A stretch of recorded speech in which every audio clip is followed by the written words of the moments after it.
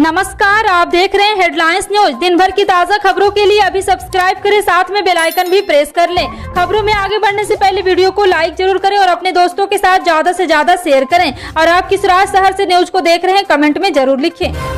बता दें, हिमाचल प्रदेश में 12 नवंबर को विधानसभा का चुनाव होने हैं। 68 विधानसभा सीटों वाली एक फेज में वोटिंग होगी। ऐसे में इन विधानसभा सीटों में कुछ ऐसी हॉट सीटें भी हैं जिस पर हर पार्टी की निगाहें टिकी हुई। ऐसे में हर दिन आपको हम कुछ खास सीटों के बारे में बताएंगे जो इस बार के इलेक्शन में अहम रोल निभाएगी। आपको बता दें कि इसमें शिमला जिला के शिमला ग्रामीण सीट का नाम शामिल है। इस बार इस सीट से भाजपा के रवि मेहता और कांग्रेस से विक्रमादित्य आमने सामने है। कांग्रेस के दिवंगत सीएम वीरभद्र सिंह के बेटे विक्रमादित्य शिमला ग्रामीण से दूसरी बार जीत का सपना देख रहे हैं।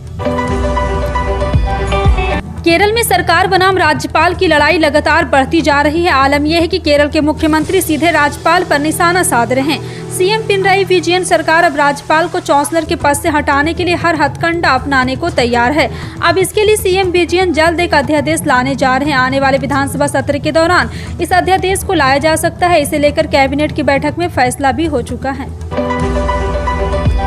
हाल ही में भारत के आसमान में कुछ तारों की एक लंबी लाइन को जाते लोगों ने देखा तो हैरान रह गए, लेकिन बाद में पता चला कि ये दुनिया की अमीर शख्स एलन मस्क के स्टारलिंक इंटरनेट सैटेलाइट है। हाल ही में ट्विटर को खरीदने वाले एलन मस्क कार बनाने वाले टेस्ला और अंतरिक्ष की दुनिया में दखल रखने वाले कंपनी स्पेस एक्स के भी मालिक है। दुनिया के विकसित देश में निजी कंपनी अंतरिक्ष में बढ़ती संभावनाओं को लेकर हाथ आजमा रही, वहीं पर सरकारें भी उनको पूरी तरह से सहयोग कर रही। भारत में ये सेक्टर पूरी तरह अभी तक सरकारी नियंत्रण में। हाल ही में भारत ने भी अंतरिक्ष के क्षेत्र में कई सफलताएं हासिल की, लेकिन अब इस सेक्टर को लेकर भारत की सरकारी कंपनियां भी सामने आ रही है और इसी को लेकर भारत के निजी क्षेत्र द्वारा विकसित पहले रॉकेट विक्रम एस का प्रशिक्षण 12 से 16 नवंबर के बीच किया जा सकता है। गुजरात की 182 विधानसभा सीटों पर 2 चरणों में 1 और 5 दिसंबर को मतदान होना है। वोटिंग की तारीख जैसे जैसे करीब आती जा रही है, चुनाव प्रचार के शोर भी बढ़ता जा रहा है। सत्ताधारी भारतीय जनता पार्टी और विपक्षी कांग्रेस के साथ ही दिल्ली और पंजाब की सत्ताधारी आम आदमी पार्टी भी चुनाव प्रचार में पूरा जोर लगाती नजर आ रही है। गुजरात की चुनावी रणभूमि में इस बार कुछ अलग रणनीति के साथ उतरी कांग्रेस ने प्रचार की तकरीब से भी अपनी अलग अपनाई है और पार्टी बड़ी बड़ी रैलियों के बजाय डोर टू डोर कैंपेन पर अधिक ध्यान लगाती दिख रही है। तेलंगाना हाईकोर्ट ने बुधवार को बीजेपी से निलंबित विधायक टी राजा सिंह को बड़ी राहत दे दी है। कोर्ट ने दोनों पक्षों को सुनने के बाद टी राजा सिंह को रैलियों और प्रेस मीट न करने की शर्तों के साथ रिहा करने का आदेश दिया। हाईकोर्ट के अधिवक्ता करुणा सागर ने यह जानकारी दी। मालूम हो कि पैगंबर मोहम्मद पर कथित टिप्पणी करने के मामले में पुलिस ने टी राजा सिंह के खिलाफ पीडी एक्ट के तहत कार्रवाई की थी। पैगंबर मोहम्मद को लेकर अगस्त में विवादित टिप्पणी करने के बाद टी राजा सिंह के खिलाफ कई शिकायतें दी गई थी। उत्तर प्रदेश में धान की कटाई शुरू होते ही पराली जलाने के मामले सामने आने लगे। हालांकि सुप्रीम कोर्ट ने पराली जलाने पर रोक लगा रखी है, फिर भी खेतों में आग लगाने की घटनाएं कम होने का नाम नहीं ले रही है। प्रशासन किसानों को पराली न जलाने का निर्देश दे रहा है। किसानों की इस बाबत लगातार जागरूकता भी किया जा रहा है। धान का कटोरा कहे जाने वाले पूर्वी उत्तर प्रदेश के चटौरी में किसानों को जागरूक करने के लिए दीवारों पर पराली न जलाने से संबंधित स्लोगन्स की पेंटिंग कराई जा रही। साथ ही ग्राम पंचायतों के प्रधानों को भी पराली न जलाने के संदर्भ में निर्देश दिए गए हैं। देश की राजधानी दिल्ली में मौसम का मिजाज बदल रहा है। दिल्ली में अब तक ठंड ने दस्तक नहीं दी। हालांकि मौसम विभाग की माने तो दिल्ली में 10 नवंबर को बूंदाबूंदी या हल्की बारिश हो सकती है, जिससे तापमान में कमी आने की उम्मीद है। मौसम विभाग की माने तो दिल्ली में अगले कुछ दिन सुबह के समय धुंध का कोहरा देखने को मिल सकता है, साथ ही आज बारिश देखने को मिल सकती है। बिहार के पूर्व मुख्यमंत्री और हिंदुस्तानी अवाम मोर्चा के संस्थापक जीतन राम मांझी ने एक बार फिर शराबबंदी को लेकर बयान दिया है। मांझी उन लोगों के समर्थन में आए हैं जो बिहार में कम मात्रा में शराब का सेवन करते हैं। बता दें कि बिहार में शराबबंदी साल 2016 से ही लागू है। जीतन राम मांझी ने नीतीश कुमार सरकार को उन लोगों को गिरफ्तार नहीं करने का सुझाव दिया जो 250 ग्राम मात्रा में शराब का सेवन करते हैं। मांझी ने अपने ही महागठबंधन सरकार पर बरसे और आरोप लगाया कि राज्य में केवल गरीब लोग को शराब पीने के आरोप में गिरफ्तार किया जा रहा है। चेन्नई से एक चौंकाने वाला मामला सामने आया। यह पुलिस ने एक फर्जी बैंक का खुलासा किया। पुलिस ने इस मामले में एक आरोपी को गिरफ्तार भी किया। आरोपी RAFC नाम से एक फर्जी बैंक चला रहा था। उसने 8 जगहों पर इसकी ब्रांच भी खोल रखी थी। इस बैंक में अब तक 2 करोड़ रुपए का ट्रांजैक्शन भी हुआ है। इतना ही नहीं, बैंक द्वारा बाकायदा gold loan scheme, FD, weekly loan, personal loan जैसी सुविधाएं भी दी जा रही थी। चेन्नई पुलिस ने यह कार्रवाई RBI के अट पर की है। मिर्जापुर में हैरान कर देने वाली घटना सामने आई है, जहां पर 3 चोर बोलेरो कार से आए और एक दुकान से 5 बोरी आलू और 25 किलो टमाटर चोरी कर फरार हो गए। इस घटना का सीसीटीवी वायरल हुआ है। दुकानदार किशन कुमार का कहना है कि उन्होंने थाने में तहरीर दी, लेकिन पुलिस ने अभी तक मुकदमा दर्ज नहीं किया। उत्तर प्रदेश के मिर्जापुर से चोरी की बेहद ही हैरान कर देने वाली घटना सामने आई है।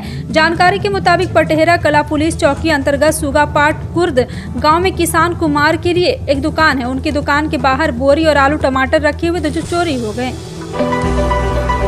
कर्नाटक के सरकारी कर्मचारियों के लिए खुश कर देने वाली खबर आई है। राज्य सरकार के कर्मचारियों के वेतनमान में संशोधन के लिए मुख्यमंत्री बसवराज बोम्मई ने 7वें वेतन आयोग का गठन कर दिया है। मुख्यमंत्री बसवराज बोम्मई ने बताया कि राज्य सरकार ने अपने कर्मचारियों के वेतनमान में संशोधन के लिए पूर्व मुख्य सचिव सुधाकर राव 7वें वेतन आयोग का अध्यक्ष नियुक्त किया है।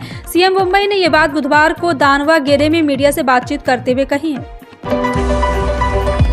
हिमाचल प्रदेश विधानसभा चुनाव के लिए प्रचार अभियान महज 2 दिन के बाद थम जाएगा, जिसके चलते राजनीतिक दलों ने अपनी अपनी पूरी ताकत झोंक रखी है।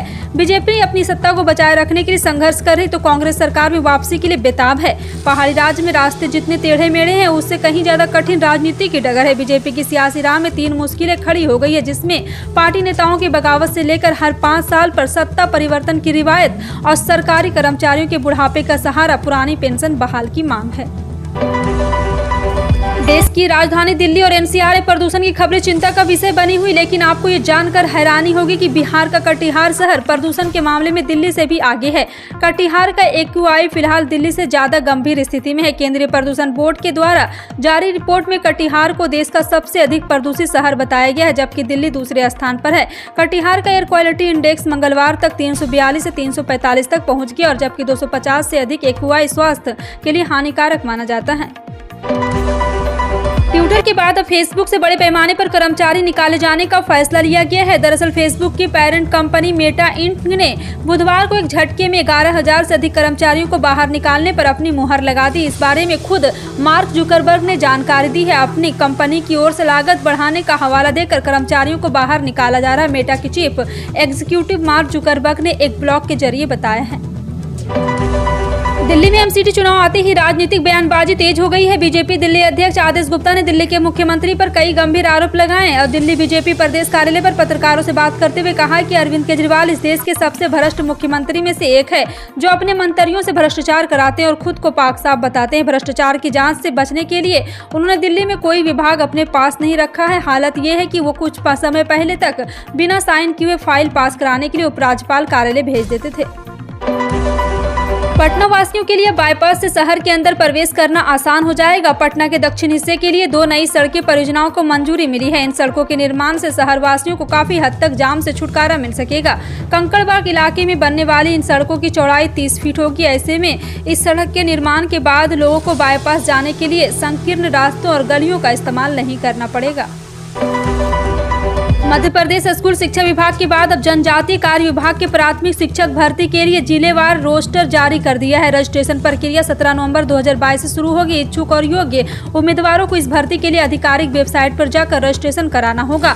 मध्य प्रदेश में प्राथमिक शिक्षक के कुल 11,098 पदों को भरा जाएगा। इसमें से 2790 पदों को गेस्ट टीचर पर, 8308 पदों पर सामान्य आवेदकों को भरा जाएगा। पश्चिम बंगाल की मुख्यमंत्री ममता बनर्जी नदिया जिले के 3 दिवसीय दौरे पर है। इस दौरान उन्होंने राजनीतिक सभा के दौरान भाजपा पर कटाक्ष करते हुए कहा है कि 2024 के लोकसभा चुनाव में भाजपा का सफाया निश्चित है। आम जनता चाहेंगी तो तृणमूल सरकार नदिया के लिए कुछ कर पाएगी। तृणमूल सरकार को पंचायत चुनाव के दौरान वो मौका मिलना चाहिए। भाजपा वोट के समय आती है और उसके बाद जनता को भूल जाती है। ऐसी पार्टी को सत्ता में रखने का कोई मतलब नहीं बनता। आप विधायक चुनते हैं, सांसद चुनते हैं, मतदान करके जिला परिषद को चुनाव करते हैं, लेकिन जीतने के बाद आपकी तकलीफ को सुनने कोई नहीं आता। झारखंड सरकार की ओर से राज्य के 22 जिलों के 226 प्रखंड के सूखाग्रस्त घोषित किया गया है। यहां राज्य सरकार अपने स्तर से सूखा राहत योजना चलाएगी। इसके तहत सूखा प्रभावित किसानों को 3500 रुपये अग्रिम सहायता के रूप में दिया जाएगा। गिराह कारा एवं आपदा प्रबंधन विभाग ने अधिसूचना जारी कर दिया है। राज्य में ड्राउट मैनुअल 2016 के तहत निहित प्रावधानों के आधार पर 226 प्रखंड को सूखा घोषित किया गया है। इलेक्शन को देखते हुए चुनाव आयोग ने बिहार सहित देश के 3 राज्यों में नया सॉफ्टवेयर लॉन्च किया है। इससे बिहार, उत्तराखंड और असम में बुधवार से शुरू लोगों के अपने नाम मतदाता सूची में जुड़वाना काफी आसान हो जाएगा। इसके साथ ही वोटर आईडी में सुधार भी सहज होगा, गलती संभावना न कर के बराबर होगी। गौरतलब है कि चुनाव आयोग के द्वारा लगभग 4 वर्ष के बाद अपने सॉफ्टवेयर में कोई बड़ा बदलाव किया गया है। आयोग ने यहाँ पुराने सॉफ्टवेयर में बदलाव पर ERO-NET का 2.0 वर्जन लॉन्च किया है। इससे मतदाताओं को किसी परेशानी का सामना करने की मुक्ति मिलेगी। घरेलू हवाई किराया दोगुना तक महंगा हुआ। बता दें कि किराए की उच्चतम सीमा हटाने के बाद तेजी से बढ़ोतरी शुरू कर दी है। सितंबर के मुकाबले इस साल दिसंबर में यात्रा के लिए कंपनियां कुछ महत्वपूर्ण मार्ग पर दोगुना तक ज्यादा किराया ले रही है, जबकि दूसरी ओर विमानों की कमी से उड़ानों की संख्या घटने से यात्री पहले से मुश्किल का सामना कर रही है। एक रिपोर्ट में कहा गया कि घरेलू यात्रियों को दिसंबर यात्रा सीजन में हवाई किराए राहत मिलने की उम्मीद कम है। आपका इन सभी खबरों पर क्या कहना है, कमेंट सेक्शन में टाइप करके जरूर बताएं। इसी तरह की पल पल की अपडेट जानने के लिए जुड़े रहें आप अपने हेडलाइंस न्यूज के साथ। मिलते हैं अगली बड़ी खबर में, तब तक के लिए जय हिंद।